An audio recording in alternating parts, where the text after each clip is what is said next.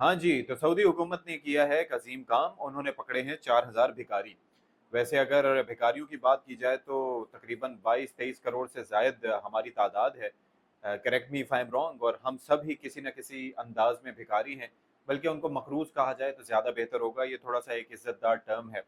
और हम मखरूज़ या भिखारी क्यों हैं? क्योंकि पाकिस्तानी हुकूमत या पाकिस्तानी रहनुमा जिस तरह से फ़ख्र से कशकोल लेकर फिरते हैं आईएमएफ समेत आलमी इदारों के सामने, पड़ोसी जो हमारे दोस्त मुल्क हैं उनके सामने, कि किसी तरीके से हमारे कर्ज़ों को रीप्रोफाइल कर दें, किसी तरीके से हमें स्टैंड बाय पैकेज दे दें, किसी तरीके से हमें और पैसे दे दें ताकि हम पुराने कर्ज़ उतार सकें, उन कर्ज़ों का सूद अदा कर सकें, किसी तरीके से हमारा बैलेंस ऑफ पेमेंट हो जाए। क्योंकि हमने टैक्स तो प्रॉपर्ली वसूल नहीं करना, सिर्फ सैलरीड क्लास से टैक्स वसूल करना है, क्योंकि हमने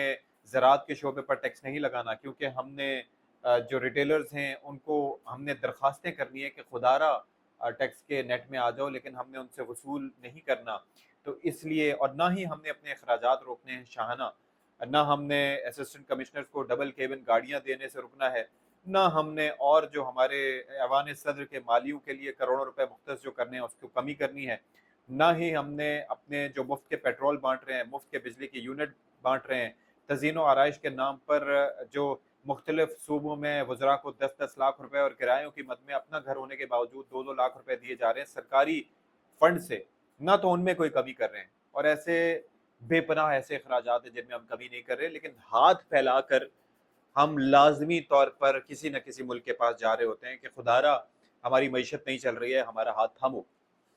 तो फिर उन 4000 भिखारियों का क्या कसूर है कि जिन्होंने अपने बेहतर मुस्तकबिल की सोची? आप ज़रा सोचिए कि पाकिस्तान समेत मुल्क के मुख्तलिफ शहरों में हम देखते हैं, पाकिस्तान की अगर शहरों की बात करें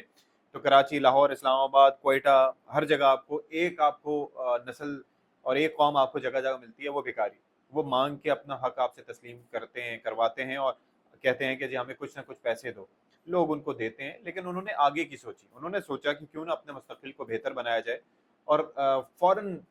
जो एक रिजर्व्स हैं उनमें अपना भी हिस्सा किसी तरीके से डाला जाए। वो कैसे?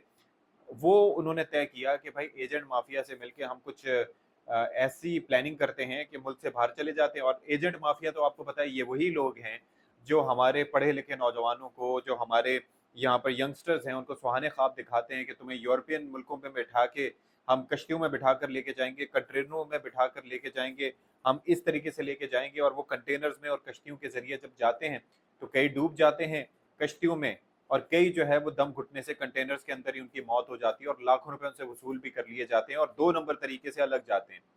तो आप ये देखिए कि वही एजेंट माफिया जिनके खिलाफ हुकूमत ज़ाहिर है कि इंटेंट होगी, लेकिन तरीक़ेकार और ख़ासतौर पर एफआईए की अपनी काली भेड़ें मुलविस होने के बाद उनके खिलाफ कार्रवाई नहीं कर सकी। अब हुआ क्या है कि सऊदी हुकूमत की जानिब से 4000 भिखारियों को पकड़ के उनको जेल में डाल दिया गया है। अब हुकूमत पाकिस्तान ने इमीडिएटली क्या किया है कि उनके जो पासपोर्ट्स हैं उनको 7 साल के लिए ब्लॉक कर दिया गया, और कहा जा रहा है कि पाकिस्तान वापस आएंगे तो उनके खिलाफ कार्रवाई होगी। अब आप सोचिए कितनी एम्बेरसिंग बात है। हम जब मुल्क से बाहर जाते हैं तो बेसिकली एक तो पाकिस्तान से वैसे ही अच्छी खबरें नहीं आ रही होती, करप्शन की, बैड गवर्नेंस की, यहाँ पे लूट मार की, इन्फ्लेशन की, तरह तरह की जो खबरें हैं वो बैनुल-अक़वामी अखबारात की या फिर टीवी चैनल्स की ज़ीनत बनती हैं, और हम भी उनको हाईलाइट कर रहे होते हैं नेगेटिव रिपोर्टिंग के नाम पर। लेकिन उससे हट के आप ज़रा सोचिए कितना एम्बैरेसिंग है कि जब हम मुल्क से बाहर ट्रैवल कर रहे होते हैं और हर शख्स पाकिस्तान का एक नुमाइंदगी कर रहा होता है, और ऐसे में ये लोग बाकायदा तौर पर वीज़ा लेकर प्लानिंग के साथ वहाँ पर जाते हैं और वहाँ पर भीख मांग रहे होते हैं। और जाहिर है कि सबको पता होता है कि ये पाकिस्तानी हैं जो जगह जगह भीख मांग रहे हैं। अब 4000 का नंबर ये पकड़े गए, ये कम तादाद नहीं है, इसमें तादाद हो सकता है इससे डबल हो। ये वो हैं जो पकड़े गए हैं जिनके खिलाफ कार्रवाई हो रही है, लेकिन असल में नंबर इससे कहीं ज़्यादा है। तो आप ज़रा सोचिए कि ऐसे में आप लोगों की और हमारी क्यों कर इज्जत हो पाएगी जब हम मुल्क से बाहर जाएंगे और वो कहेंगे तुम पाकिस्तानी तो हो ही ऐसे कि यहाँ पर आके सड़क किनारे भीखे मांग रहे होते हो, वीज़ा लेकर, पासपोर्ट लेकर। और तरीक़ेकार इन एजेंट्स का क्या है, आप ये देखिए, वो कहते हैं कि तुम वहाँ पर आधे पैसे देकर चले जाओ,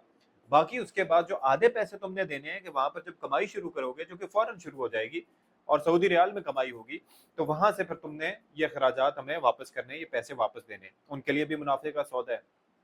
तो वहाँ पर इस तरीके से ये पूरा एक कल्ट कहें, ये पूरा एक नेटवर्क कहें, एक मुनज़्ज़म धंधा जो है वो चल रहा था। और अब ये है कि सऊदी हुकूमत की जानिब से शिकायत के बाद सख्ती करते हुए ये कार्रवाई की गई है। अब असल बात ये है कि ये लोग वापस आएँ, इनसे पूछा जाए कि इनके हैंडलर्स कौन थे, कौन से वो एजेंट्स थे जिन्होंने इनको वीज़ा दिलाया। और ख़ास तौर पर मैं अपने इदारों पर सवालिया निशान उठाता हूँ कि भाई वैसे तो